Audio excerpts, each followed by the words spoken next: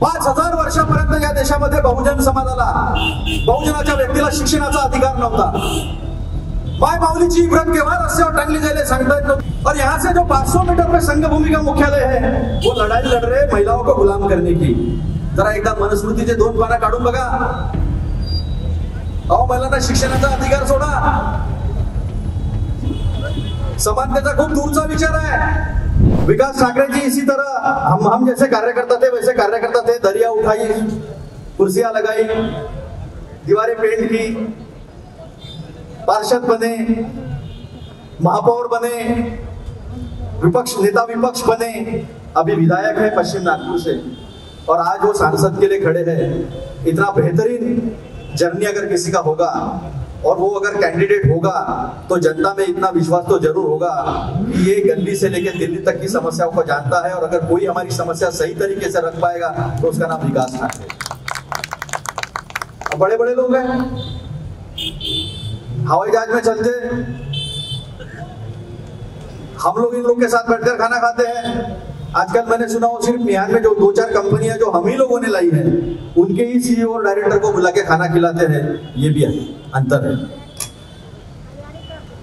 एका असाधारण निवडणुकीला आपण पुढे जातो। आतापर्यंत अनेक निवडणुका झाल्या, अनेक पक्ष सत्तेत आले गेले, पण यावेळेस निवडणूक आहे ती लोकशाही जिंकण्याची आणि देशाचं संविधान वाचवून त्या लोकशाहीला वाचवण्याची निवडणूक आहे। त्यामुळे ती तुमची आणि आमची निवडणूक आहे, आणि त्या निवडणुकीत जनतेचा जर विजय झाला नाही तर जगाला आपण काय तोडून दाखवू याचा सुद्धा विचार सामान्य माणसाने केला पाहिजे। 5000 वर्षापर्यंत या देशामध्ये बहुजन समाजाला, बहुजनाच्या व्यक्तीला शिक्षणाचा अधिकार नव्हता।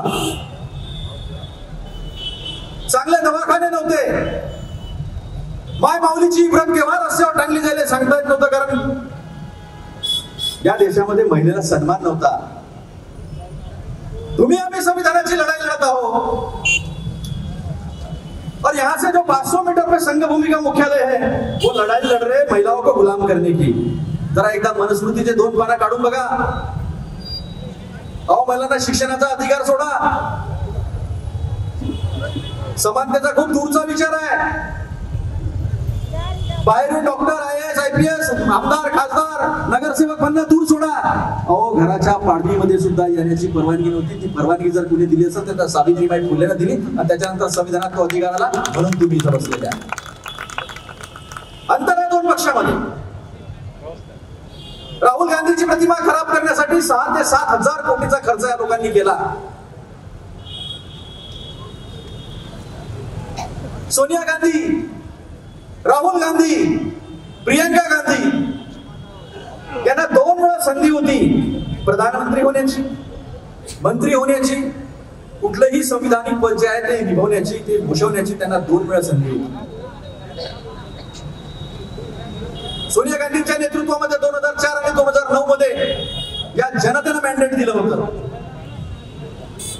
पण त्यांनी एकही पद घेतलं नाही। आज 35 वर्ष झाले गांधी परिवाराचा कुठलाही व्यक्ती कोणत्याही संविधानिक पदावर नव्हता, आणि परिवारवादाचा आरोप पसंत हो, आम्ही स्वीकारतो, आम्ही परिवारवादी आहोत, आणि आमचा परिवारवादी आहे। आमचा एक प्रधानमंत्री गोळ्याने छल्ली होऊन या देशाच्या एकात्मतेसाठी गेला, तर दुसऱ्याला बॉम्बने उडवला, आणि दुसरा गेला तर तिसरा म्हणतो मी तयार आहे या देशासाठी बलिदान करण्यासाठी। जर गांधी परिवाराचा परिवारवाद कुठला असेल तर तो बलिदानाचा आणि त्यागाचा परिवारवाद। मला एकच प्रश्न विचारायचा आहे, तर माय माऊली बसल्या, आमच्या आई पण बसल्या आहे, त्यांनी बरंच राजकारण, बरेच चढाव उतार पाहिलेले आहेत, अनेक महिला माझ्या भगिनीत बसलेल्या आहेत। मला एक सांगा, आरएसएस चा एकही व्यक्ति, एक भी इंसान आरएसएस का स्वाधीनता संग्राम में था ना गोली खाई, ना वंदे मातरम बोला, ना भारत माता की जय बोला। ये विषय मैं यहाँ इसलिए निकाल रहा हूं क्योंकि ये तिरंगा चौक है, और ये तिरंगा चौक इसलिए है कि इस देश को स्वाधीनता मिलने के 17 साल पहले जब जवाहरलाल नेहरू रावी के किनारे लाहौर में संपूर्ण स्वतंत्रता के लिए तिरंगा फड़का रहे थे, तब मेरे नागपुर का आदमी यहाँ पर तिरंगा फड़का रहा था, और इसलिए मैं ये विषय यहाँ निकाल रहा। और खुद को चाय वाला कहने वाला, एकदम गरीब तबके से आया हुआ, अगर प्रधानमंत्री बना है ना, तो ये लोकतंत्र जो है वो एक कांग्रेस की देन है। ये अगर 1947 में इनके हाथ में रहता ना तो कभी इस देश का कोई छोटा आदमी बढ़ के प्रधानमंत्री नहीं बना रहता। खाली बसलं का सकाळ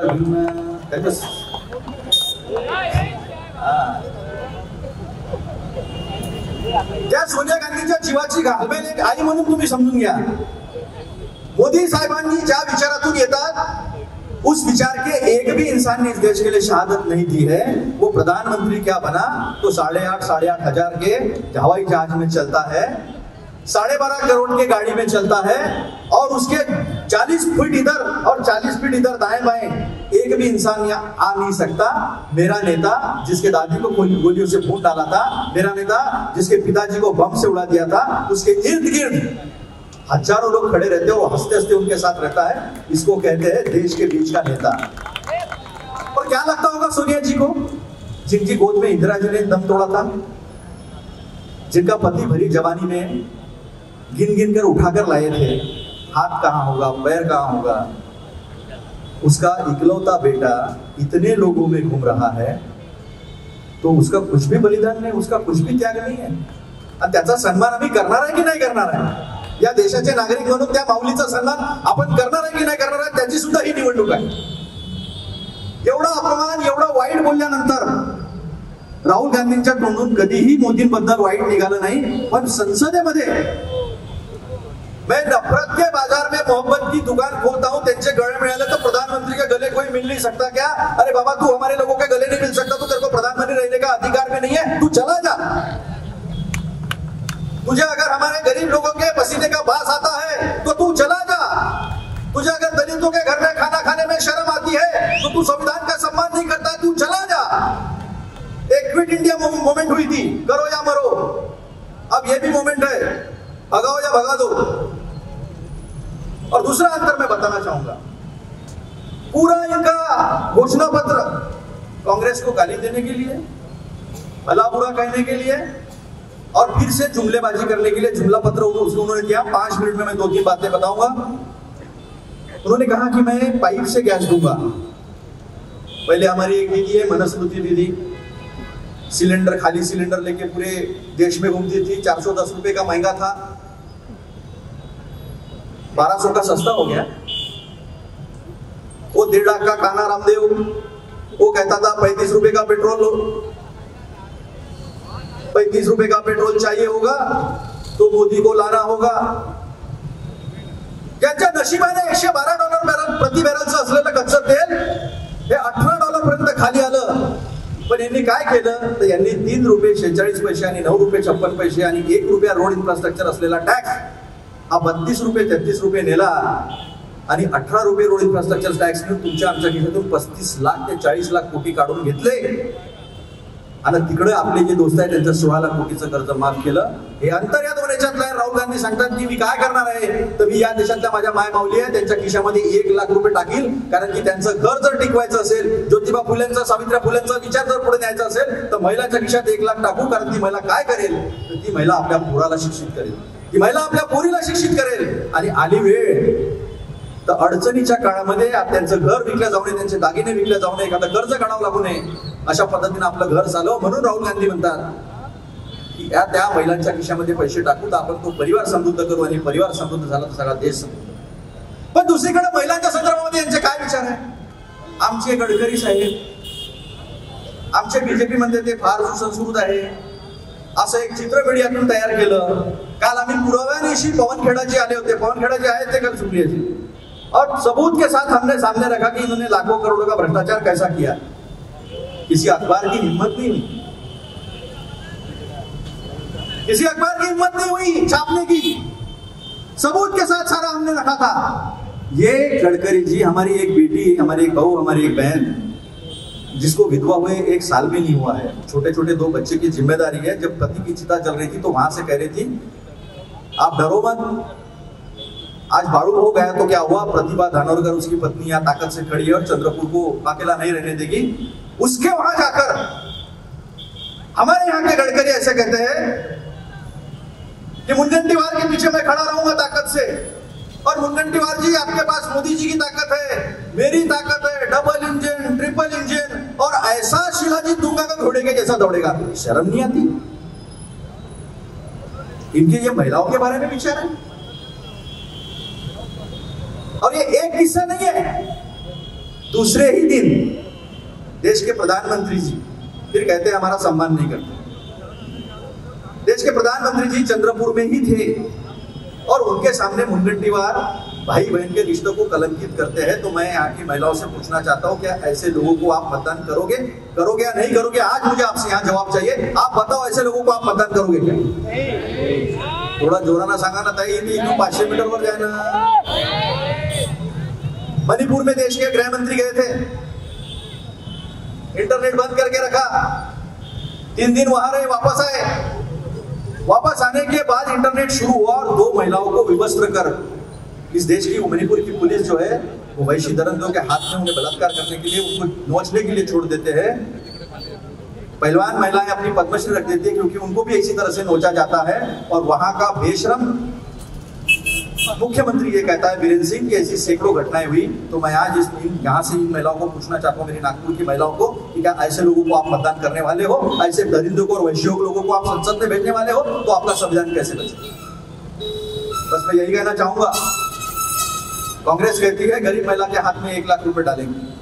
कांग्रेस कहती है बेतहाशा बेरोजगारी अगर इस तरह से बढ़ती रही है और फिर से ये सत्ता में आए तो 5 साल के बाद आपको कई कुंवारे और कई कुंवारी लड़कियां जो है वो रास्ते पर दिखाई देगी, क्योंकि आपके पास नौकरी ही नहीं, आपके पास आय ही नहीं, तो आप घर कैसे चलाओगे? और घर कैसे चलाओगे तो माँ बाप अपने बच्चियों की और अपने बेटों की शादी कैसे करेगी? तो हमारे विशाल भाई ने जैसा कहा क्राइम कैपिटल है, तो क्राइम कैपिटल केवल नागपुर नहीं, पूरे देश में ऐसी कई क्राइम कैपिटल पैदा होगी। तो आप रोजगार के लिए मतदान करोगे या बेरोजगारी के लिए मतदान करोगे, ये भी आपको सोचना है।